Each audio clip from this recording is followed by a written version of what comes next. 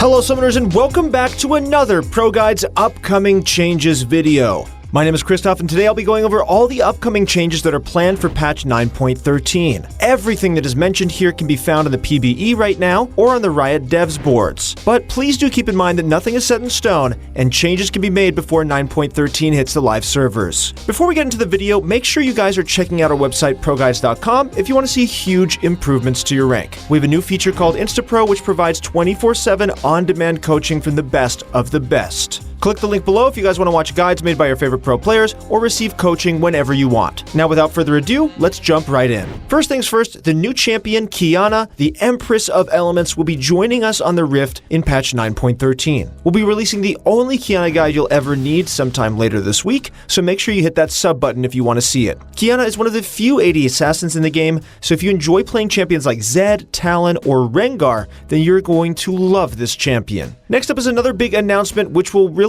emphasize the S in Riot Games. A few weeks ago, Riot has announced that they'll be releasing a brand new game, which is a strategic game inspired by Dota's auto chess. Teamfight Tactics is a game mode played with 8 players who face off in one-on-one matches until the last player remains. You'll win by selecting the best combination of champions from a randomized pool, upgrading them over time, and using them in the best formation possible. ProGuides will also keep you covered with this brand new game mode, and we'll be releasing some great guides for Teamfight Tactics, so make sure to keep a close eye on our channel.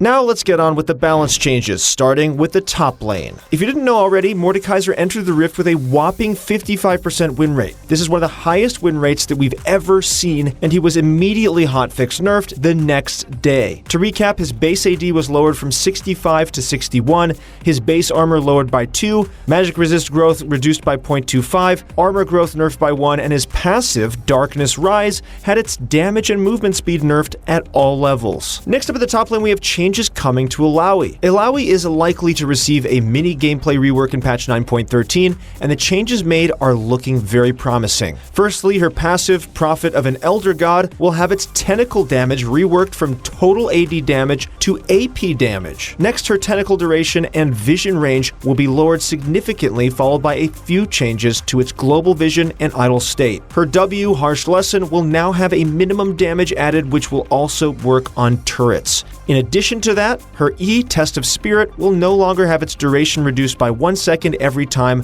the target hits Illaoi, but this is followed by a small compensation nerf to its total duration. Lastly, her ultimate, Leap of Faith, will receive a really big buff, and the total summons will be increased from 5 to 6. Our analysts are currently testing her out in the PBE, and we'll keep you guys updated on how her kit feels in the next patch rundown.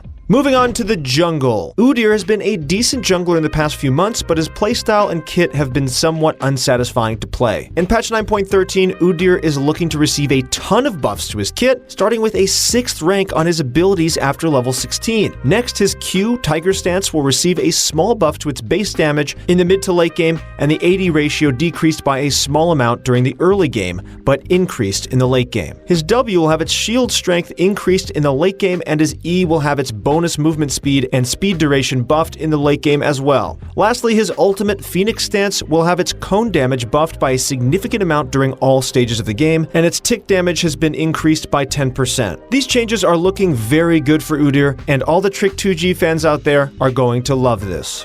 Alright, now time for the mid lane. Pyke mid has been very problematic for both solo queue and competitive play in the past few months. Not only can he one-shot the enemy laner, but his roaming potential and insane healing make him one of the best champions in the game. In order to put Pyke in check, he'll be receiving some significant nerfs in patch 9.13, which might just gut him in the solo lanes. His Q, Bone Skewer, will have its tap changed to single target, and the 15% bonus damage on the stab will be removed. To compensate for these nerfs, the cooldown on his Q will be lowered slightly. Next, his W, Ghost Water Dive, will have its movement speed buffed during the mid to late game, and his E will have its damage against non-champions removed. Our analysts are predicting that these changes are very significant and will push Pyke away from the solo lanes. Next up, we have changes to one of the most unbalanceable champions in the game, Akali. Although these changes aren't confirmed for patch 9.13, we'll likely see them within the next few weeks. Here's a quick rundown. Her passive, Assassin's Mark, will now grant movement speed in all directions for 3 seconds after leaving the circle, but the circle duration has been lowered by 1 second. In addition to that, the attack buff duration is also reduced by 1 second, the base damage has been removed, and the movement speed has been changed to 40% flat. However, her passive will have a small compensation buff to its energy restore, which will now be 20 flat at all ranks. Her Q, 5-point strike, will have a huge nerf to its cooldown, which has been increased to 4 seconds at all ranks from 1.5. Next up, her W, Twilight Shroud, will have its cooldown buff to 20 at all ranks, followed by a small buff to its energy restore. Akali's E, Shuriken Flip, will have its base missile and dash damage lowered significantly, but is followed by an AP ratio addition, making this an overall buff. However, Shuriken Flip will no longer hit Twilight Shroud, and its cooldown has been increased by 2 seconds. Lastly, her ultimate will have its initial dash damage lowered, followed by a huge buff to its secondary dash. The recast timer has also been buffed slightly, and the first cast will now be only a single target ability. These changes are very controversial among Akali mains. Some say that this will help her, while others say that the nerfs to her Q